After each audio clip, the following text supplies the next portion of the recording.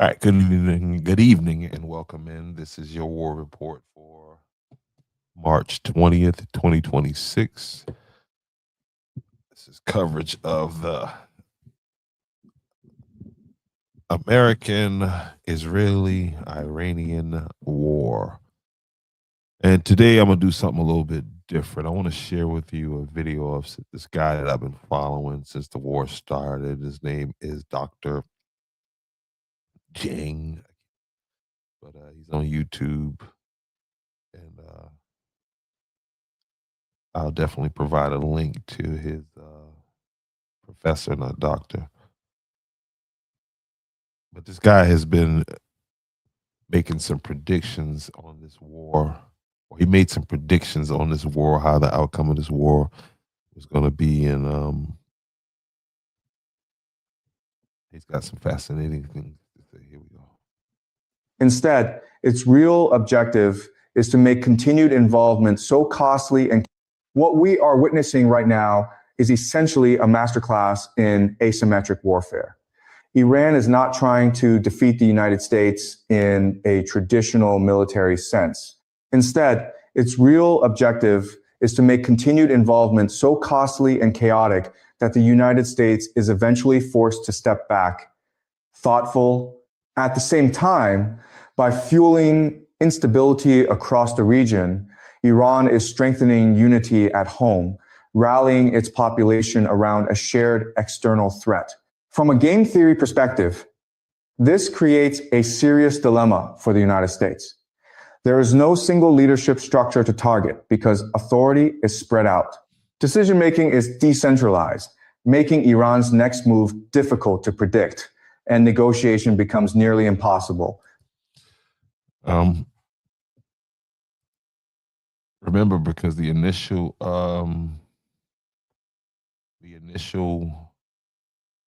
thought pattern was that if they could get rid of the Ayatollah, then the country was on the brink of revolution and yada yada yada, and here we are.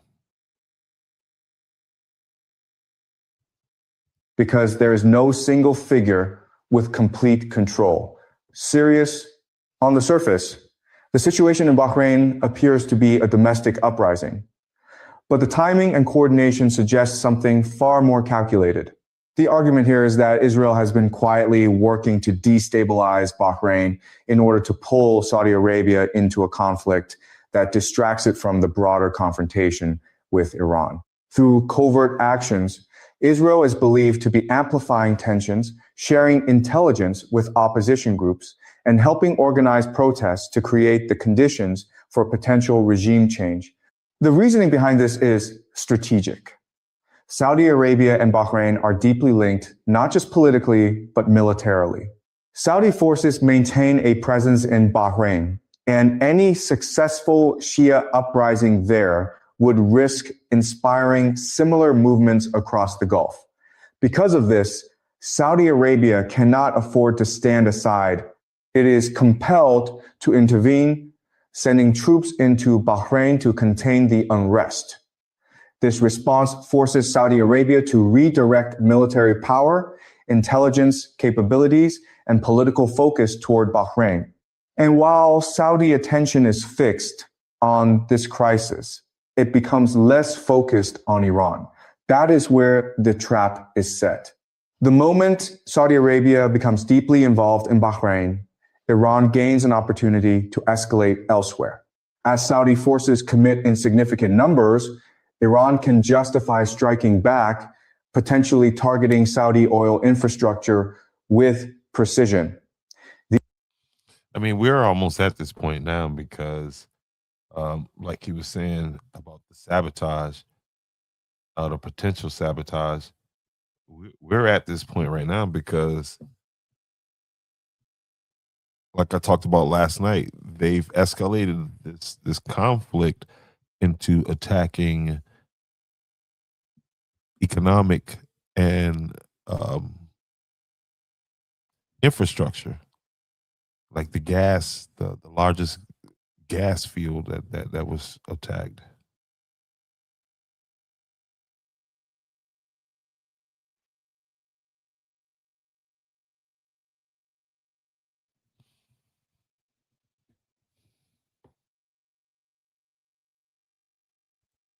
These would not be symbolic attacks. The focus would be on systematically crippling Saudi Arabia's oil production capacity. Much of this infrastructure is concentrated in the eastern province in large exposed facilities that are difficult to fully defend. And so what happens with this is, again, this puts a strain on the global oil market, the global fuel market. And this is what's going to force other countries to get involved in this conflict, which is, I think that's the goal of the Israelis. The 2019 drone strikes, widely attributed to Iranian-backed forces, already demonstrated how vulnerable these sites can be. All right, so by now, I'm sure you guys have picked up that this is an AI video, okay? So here we go. And I got a lot of bots.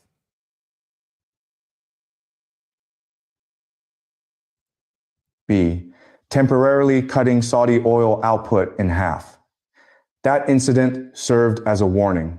In a full-scale conflict, the damage would likely be far more severe, shifting from disruption to outright destruction.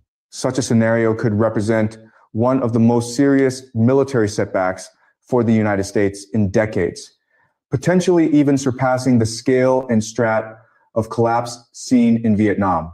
Politically, this would create an enormous challenge for American leadership. I mean, for this, I think for what he's talking about to come to pass would mean that we would have to see American boots on the ground in Iran, in Tehran, like it was in Iraq, which is definitely building and trending toward that, unfortunately. Explaining a costly war with visible losses would be difficult, and maintaining credibility would become even harder. In such a situation, the likely response would be to shift blame.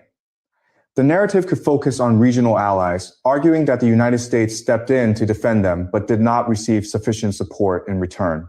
By framing it this way, responsibility is redirected and the groundwork is laid for strategic withdrawal, framed not as abandonment but as a response to unreliable partners. This scenario becomes more plausible the longer a conventional conflict drags on. And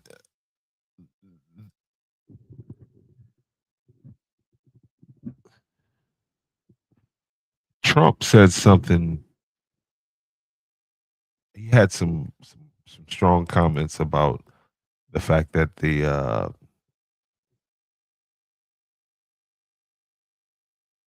Israelis attacked the gas fields, Iranian gas fields, and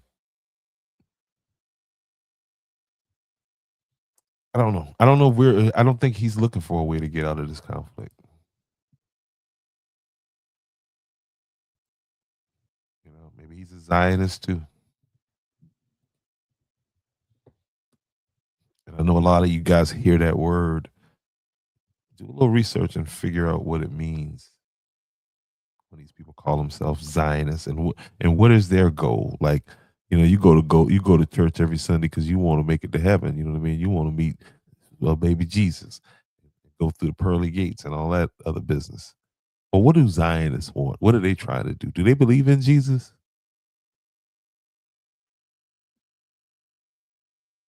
It's just questions.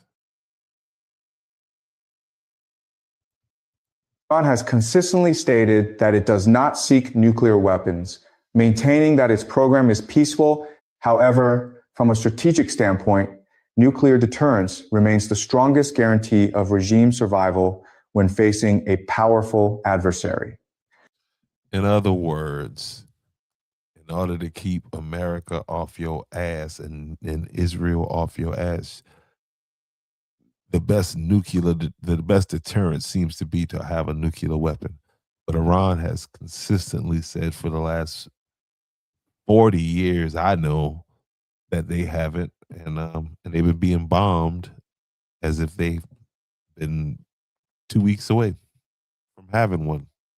Historical examples reinforce this logic. Countries that developed nuclear weapons have avoided invasion, while those that gave them up or never acquired them have faced severe consequences. All right, case in point, Muammar Gaddafi. Whenever Muammar Gaddafi was like, "All right, guys, I quit. I'm not trying to make a nuke anymore.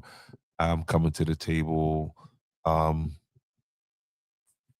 the things he got for that was that he was overthrown and brutally murdered by his people. And so you got other dictators in that region that see exactly what happened to Muammar Gaddafi. Um, that's what history teaches. The conclusion many draw from this pattern is that nuclear capability provides security. At some stage in a prolonged conflict, especially if US forces suffer heavy losses and regional alliances begin to weaken, Iran may decide to accelerate its nuclear program, and it would likely not act alone.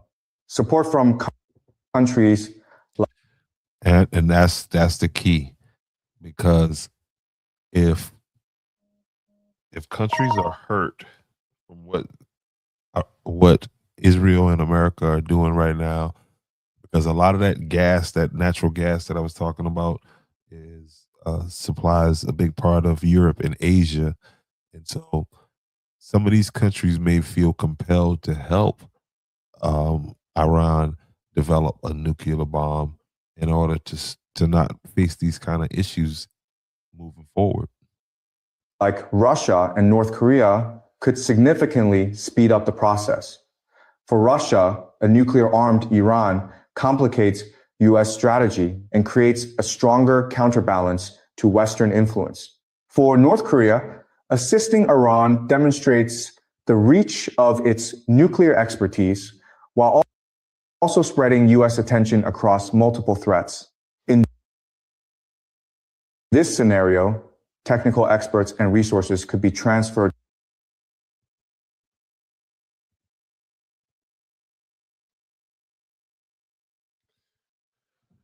All right, I'm not about to deal with that for tonight.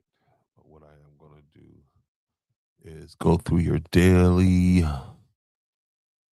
war report on the escalating conflict involving Iran, Israel, and the United States. The war has entered week 3, and today's development confirms that the conflict is no longer just a military confrontation.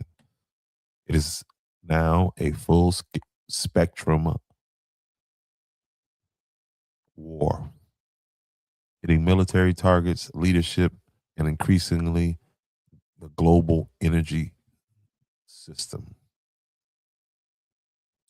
Over the last 24 hours, the intense airstrikes have continued inside Iran, with the U.S. and Israeli forces targeting what officials describe as missile infrastructure. The whole country must be a damn missile infrastructure. I mean, how much command centers and remaining strategic assets? At the same time, Iran has responded with another wave of missiles and drone attacks on Israel, with sirens reported across multiple cities, including areas near Tel Aviv and central Israel. Israel's air defense systems continue to intercept many of these threats.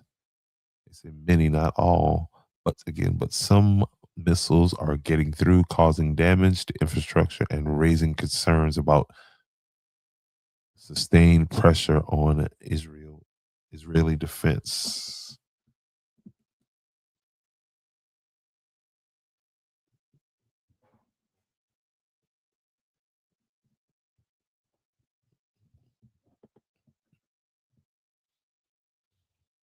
The ongoing exchange signals that neither side is backing down, and both are maintaining daily offensive operations. The most important development in the war right now is the continued escalation into energy infrastructure targeting. After recent strikes on Iran's South Pars gas field, one of the largest energy reserves in the world, Iran has intensified its response by signaling the energy assets across the region are now legitimate targets. We are now seeing a pattern. Energy production sites are being hit. Oil shipping routes are being threatened. Refineries and oil infrastructures are at risk. So it's all out war right now in the region. This changes everything. When war moves into energy systems, the impact spreads globally because energy is the backbone of modern economies. The Strait of Hormuz crisis, the situation in the Strait of Hormuz remains one of the most dangerous flashpoints in the world right now. The narrow waterway handles roughly 20% of the global oil supply, and while it's not completely shut down, it's operating under severe disruption and military tension. Tanker traffic is reduced, insurance costs for shipping have surged, which is going to translate into higher shipping costs, higher prices. Military presence in the region has increased. Even the threat of disruption is enough to drive global markets. And again, we are definitely feeling it. As a result of the energy escalation, all prices remain elevated, hovering around $100 per barrel. Gas prices are rising in multiple countries, including the United States. Shipping and transportation costs are increasing. This is how a regional war becomes a global economic issue. Higher fuel costs affect grocery prices, airline tickets, delivery and logistics, electricity and heating for everyday people. This means higher cost of living, even thousands of miles away from the conflict.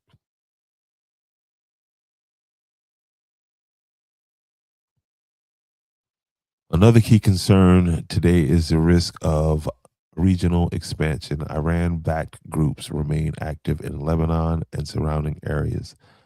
U.S. bases in the Gulf region are on heightened alert. International pressure is building for de escalation. International pressure is building for de escalation. But so far, neither side has shown any signs of stepping back. Strategically,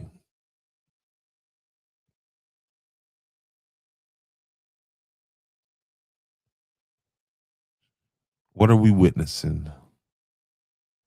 A targeted military campaign to a broader war affecting infrastructure, economics, and global systems.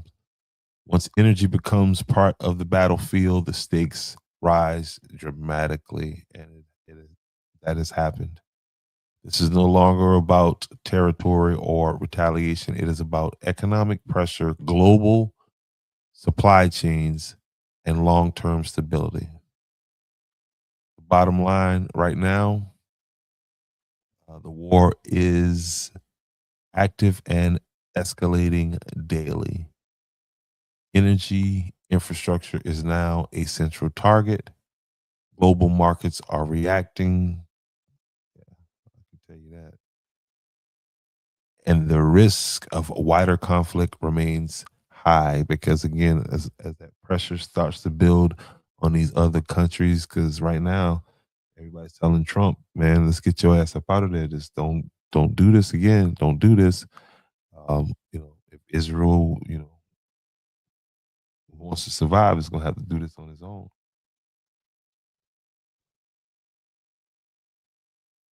As of yet, this is not a world war, but it is a conflict that is now impacting the entire world, not just the region. The situation remains fluid as both sides continue to escalate the global consequences are becoming harder to ignore.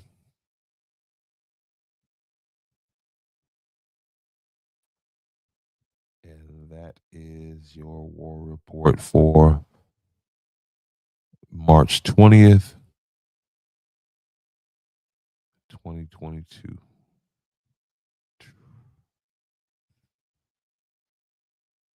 2026.